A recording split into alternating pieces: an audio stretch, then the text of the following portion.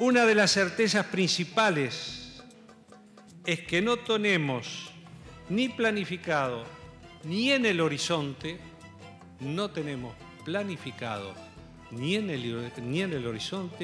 ningún incremento de la carga impositiva a la población. Por el contrario, pensamos que en un proceso virtuoso podremos ir reduciendo progresivamente la carga fiscal en el transcurso del próximo periodo de nuestro gobierno.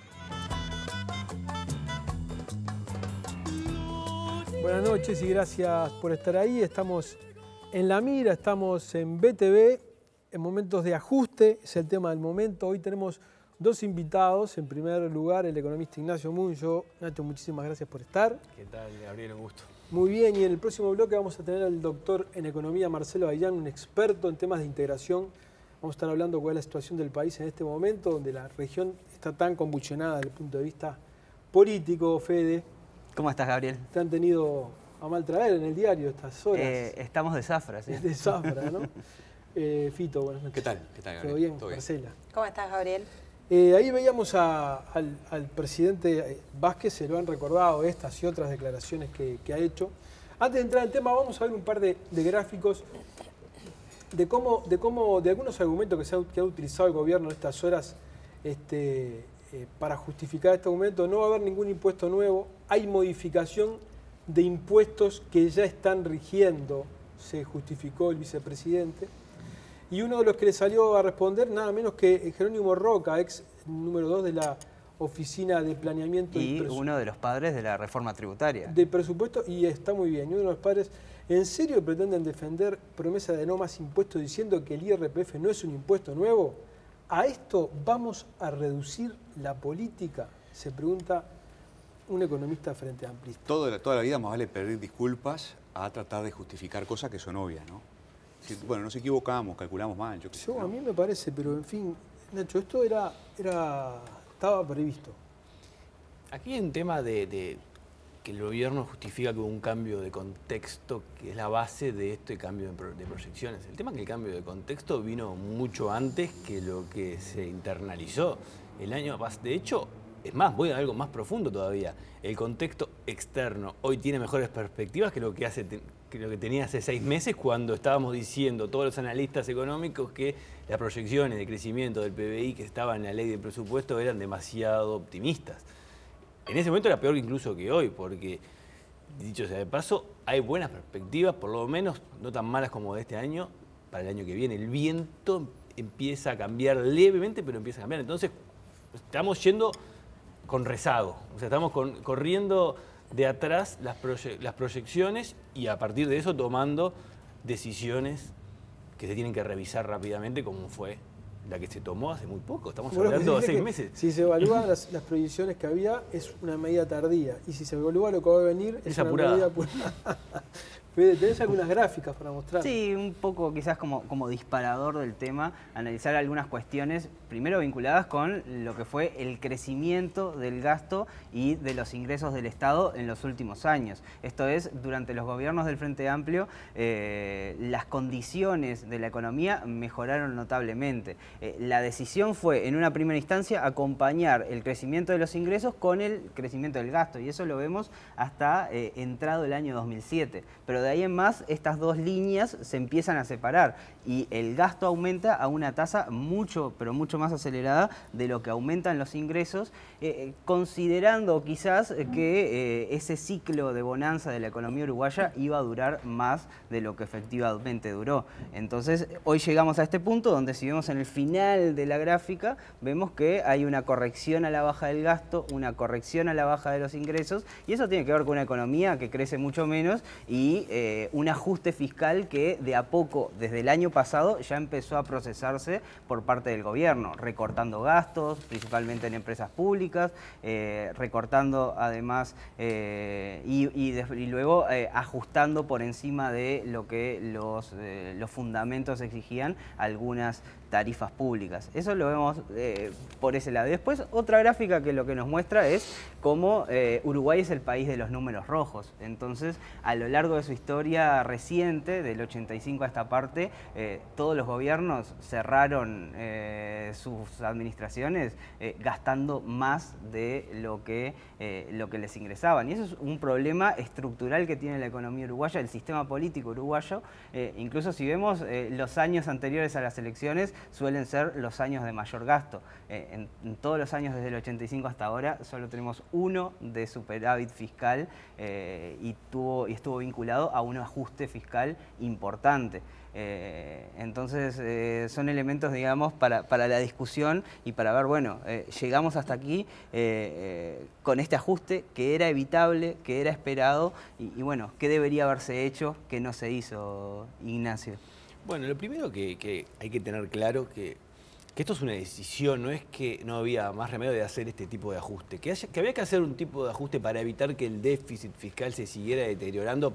Ahí hay consenso, o sea, era difícil sostener esta situación sin comprometer gastos que pensamos y compartimos que se tienen que mantener, como es el gasto en educación y el sistema de cuidados. Esos gastos no se pueden sacrificar. Entonces, si queremos dar esas partidas extra en aquellos sectores donde pensamos que se juega el futuro del país, que se juega, bueno, es insostenible con la trayectoria actual de las cuentas públicas. Entonces hay que hacer un ajuste, o aumentar por el lado de los ingresos o reducir por el lado de los gastos. Nosotros pensamos que se eligió ir por un camino que era políticamente más viable por la mayoría parlamentaria, que es cuestión de en enero levantar la mano y aprobar la rendición de cuentas, que ir por un camino que había espacio, pero que es más complejo desde el punto de vista de remover beneficios adquiridos que hace mucho tiempo están, fundamentalmente en las empresas del Estado. Federico decía que las empresas del Estado han reducido sus gastos. Más que sus gastos, han reducido sus inversiones. Eso es el gran ajuste que han tenido. Si uno mira los gastos operativos, remuneraciones, no han tenido ajuste hasta el momento. Y de hecho, ANCAP, fundamentalmente, que es una de las que también ha contribuido más en el último año móvil a las arcas del Estado, relativo a lo que contribuía en los años anteriores, que no contribuía directamente, se lo subsidiaba, pero ahora está contribuyendo. Toda esta contribución se explica por la reducción del precio del petróleo. Nosotros decimos los números, si uno agarra las cuentas actuales de ANCAP y le pone el precio anterior del petróleo, si no se hubiera dado esta baja, no estaría aportando absolutamente nada, sino estaría incluso hasta levemente peor que la situación de unos años atrás. Entonces, ahí pensamos que había margen y sobrado para evitar estos, en teoría, 350 millones de dólares que se van a recaudar con el aumento del IRPF, del IRAE y del impuesto a las jubilaciones. Ahora, ese otro camino que decís vos, que es el del recorte, ¿hay margen para cortar tanto? Hay margen en las empresas del Estado, hay margen. En ANCAP hay margen. Por ese lado hay. No hay margen, no hay mucho margen en la administración central porque de hecho, como muestra ese gráfico, no han crecido en términos reales los gastos de la administración central. Hay sí margen en algunas de las empresas, pero obviamente son márgenes complicados de remover. Dentro de los pecados de la economía, en la década del 90 se llegó a tener una inflación de casi 90%. Uruguay logró superar esa discusión sobre si la inflación es buena o mala. Teníamos 90% de inflación. Hoy 1 punto, 2 puntos nos vuelven locos, digamos, ¿no? Se incorporó eso como un elemento de que no es solamente un dato económico, sino que es un dato político a tener en cuenta. Pero el tema del déficit, Uruguay no lo ha internalizado. Bueno, no solo Uruguay, ¿no? Esto es lo mismo para toda la América Latina. Esto es a excepción de Chile, que es el único país que tiene una política de ingresos y gastos fiscales con el cobre diferente y de hecho es de los pocos del mundo. O sea, es la excepción Chile, no es la norma. Entonces, tenemos que entender que estamos nosotros en la masa de los países latinoamericanos que nos hemos gastado todo lo que ingresó en este periodo extraordinario de boom. O sea, no somos distintos, somos igual que todos y ahora estamos con problemas similares a los que tienen todos cuando se terminó el ingreso extra. Estamos en un nuevo periodo y obviamente, o sea, hay que ver, volvemos al punto si hay margen para recortar. Bueno, para empezar, estamos en un nuevo periodo y tenemos 65.000 funcionarios más contratados en el gobierno central con la misma población activa del país. 65.000 funcionarios más desde cuándo? Con respecto al 2004, 65.000 empleados públicos más. Entonces, cuando se habla de que el gasto público es endógeno, que hay más de un 70% que no se puede modificar, bueno, en esa bolsa están las remuneraciones. Entonces, la bola de nieve esta que se mueve, que va creciendo sola y es endógena y no se puede afectar, tiene factores como aumento de las horas extras en ANCAP, como aumento de todos los pagos a los funcionarios públicos, que una vez que entró, ya quedó para siempre y se ajusta solo. Entonces, ojo, porque a mi entender, y esto es una afirmación personal, es un poco autocomplaciente decir que ese gasto no se puede tocar. Sí hay una parte que es jubilaciones, intereses de deuda, que eso sí es difícil. Bueno, que las jubilaciones con este aumento del impuesto a las jubilaciones te están afectando levemente, pero eso sí, pero la parte de remuneraciones, se puede discutir, por lo menos, no reducir directamente la plantilla, tal vez por temas legales, pero sí reducir las remuneraciones y revisarlas. Pero yo creo que independientemente de si es posible o no es posible bajar el gasto público, que, no sé, parecería que es difícil, Nacho, porque desde el 85 para adelante, para no irnos para atrás. A ver, el gasto público hasta creció durante la dictadura, ¿no? Ni siquiera los militares, que tenían, eso sí que concentraban el poder, ni siquiera ellos bajaron el gasto público, ¿no? Hubo déficit fiscal también.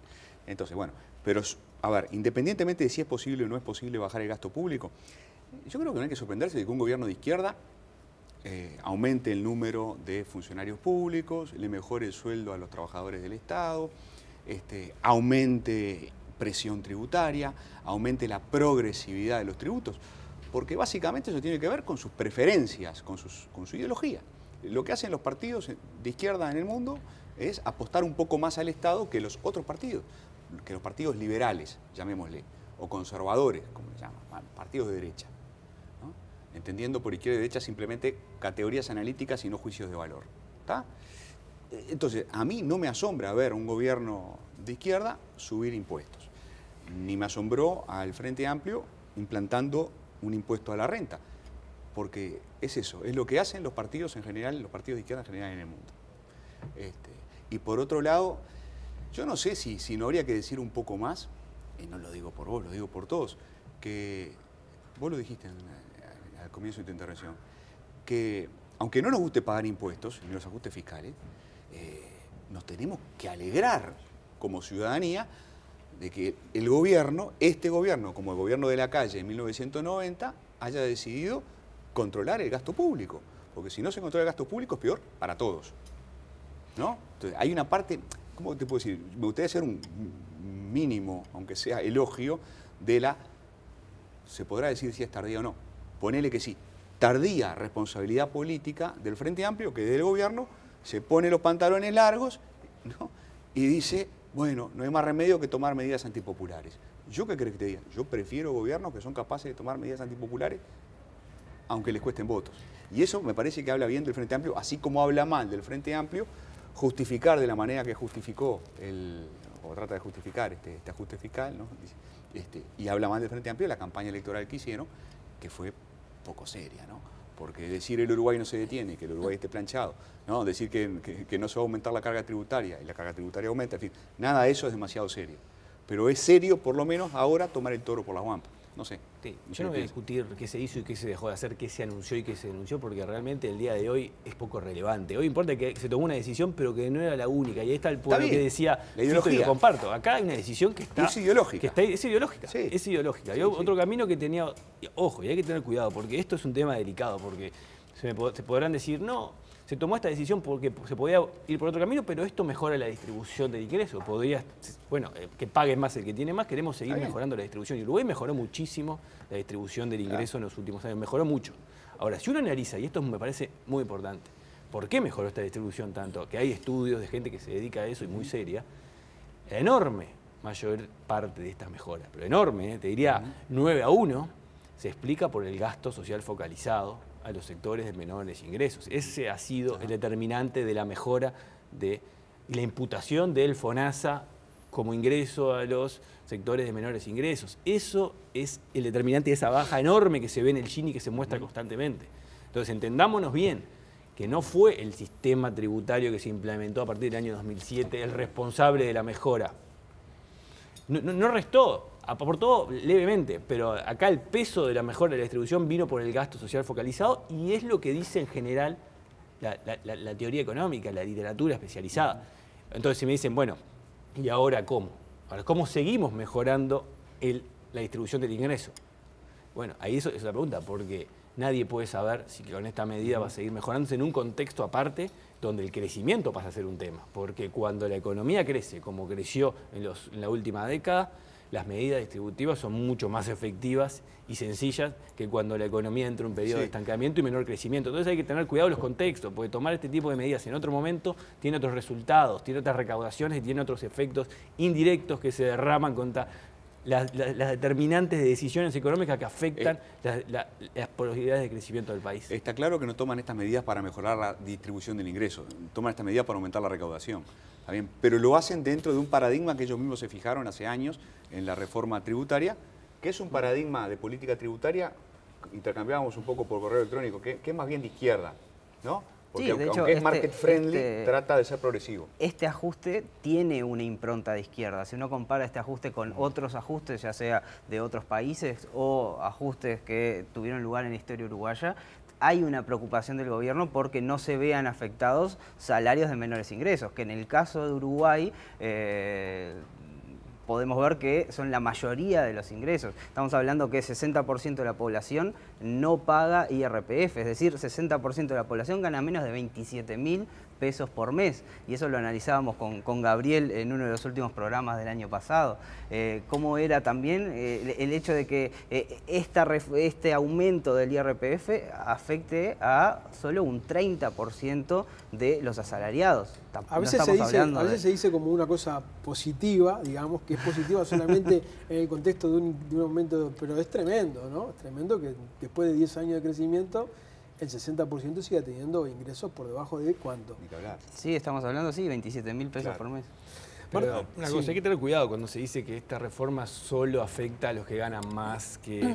Porque eso es lo que dicen los papeles, lo que va a decir la reforma en la ley, en la rendición de cuentas. Pero sabemos muy bien que cuando el partido se empieza a jugar en la cancha, o sea, cuando empiezan a correr todos los mecanismos que están en la economía, los efectos no terminan siendo solo a lo que se quiere grabar inicialmente y se desparraman. ¿Puedo decir que los de menos ingresos también se van a ver perjudicados por este ajuste? Naturalmente sí, porque van a tomarse decisiones que también los van a terminar afectando con este ajuste, y de lo que no se puede saber es cuánto, y ahí influye mucho el contexto. Si la economía está planchada, creciendo muy poco, que es totalmente distinto cuando la economía crece y mucho como creció en el pasado. Entonces, cuidado con decir que esta medida no afecta a los que ganan menos de tantos valores. No, afecta a todos. Marce, algunos datos políticos de lo que ha generado esta medida. Sí, que fueron varios a lo largo de la semana desde el anuncio del propio ministro de Economía, Danilo Astori. Uno tiene que ver con la decisión que tomó el secretariado del PIT-CNT luego de reunirse el martes pasado acerca de un paro nacional para el próximo 29 de junio. Se criticaron bastante las medidas adoptadas por el gobierno, entendiendo que habían otras alternativas. También la Central Obrera, un poco en el sentido de lo que estamos hablando de las alternativas que se pueden buscar para este equilibrio de las cuentas públicas, dicen, bueno, hay otras herramientas a las que se puede echar mano sin ser estas que, al entender de la Central Obrera y también de la oposición, lo que hace es, bueno, incidir negativamente sobre los ingresos de la población.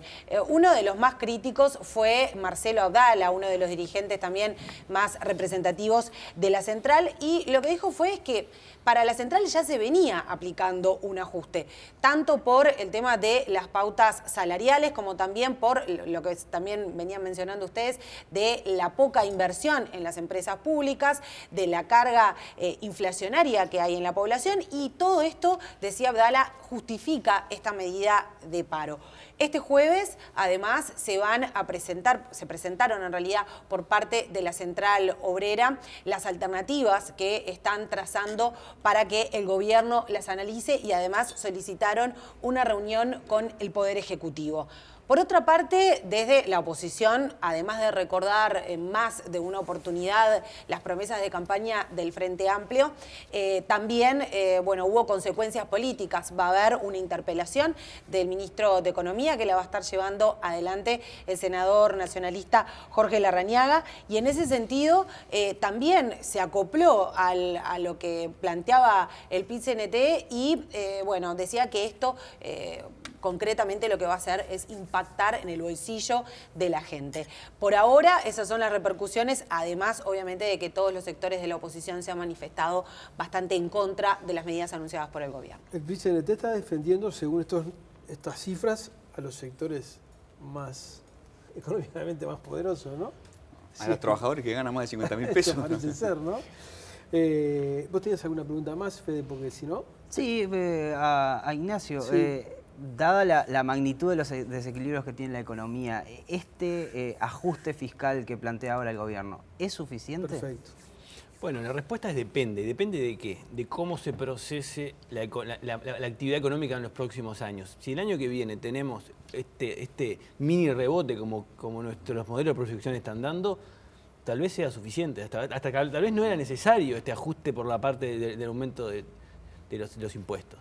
¿Por qué? Bueno, porque, repito, la región va a mejorar con respecto a este año. Brasil cae 4% este año. El año que viene se espera que por lo menos no tenga caída. Estamos hablando de 4 puntos de diferencia. Argentina cae este año, el año que viene se espera que no tenga caída y que crezca algo. Por lo tanto, los vientos cambian, eso afecta también la calidad, si esto es la respuesta, si esto es suficiente o no es suficiente. En la situación actual, a igual condición económica y el contexto externo de hoy, del día de hoy, parece que no alcanzara. Pero esto es dinámico, o sea, que alcance o no depende de cómo se juegan otros factores. Para ver si la pregunta es, ¿alcanza para que las calificadoras de riesgo nos dejen de poner bajo la lupa y las evaluaciones empiecen? No, tampoco. ¿No? Tampoco. Seguro. Porque las calificadoras no solo miran el déficit fiscal, o sea, miran otras variables que con mucho interés. De hecho, hicimos un estudio, miramos cuáles son las variables que más miran las calificadoras a nivel internacional. Y el déficit fiscal no es estadísticamente significativo. La inflación sí es inevitable que es una variable, y de hecho, si uno mira los informes, siempre la factura de la inflación pasa. El crecimiento de la economía es una de las cosas que más le importa a las calificadoras. ¿Por qué? Y bueno, si uno crece, va a poder pagar fácilmente las deudas. Cuando uno empieza a no crecer, a crecer muy poco, la mochila financiera de tener que pagar un monto fijo de deuda ya preestablecido se hace cada vez más pesada, y ahí empieza a colidar con, bueno, entonces tengo que recortar salarios, tengo que ver qué hago con las jubilaciones, tengo que pagar la deuda, y ahí empiezan los problemas. Entonces, importa mucho el crecimiento, más allá de este déficit. Entonces, no deja contento a nadie. Nacho, muchísimas gracias como siempre por tu aporte, ¿sí? Muchas gracias a ustedes. Nos vamos a una tanda y cuando volvamos con el experto en interacción, Marcelo Ayala. Presenta Pronto, el préstamo de los uruguayos. Jaume y Seré, lo que hoy nos representa son los mismos valores que nos fundaron hace 60 años.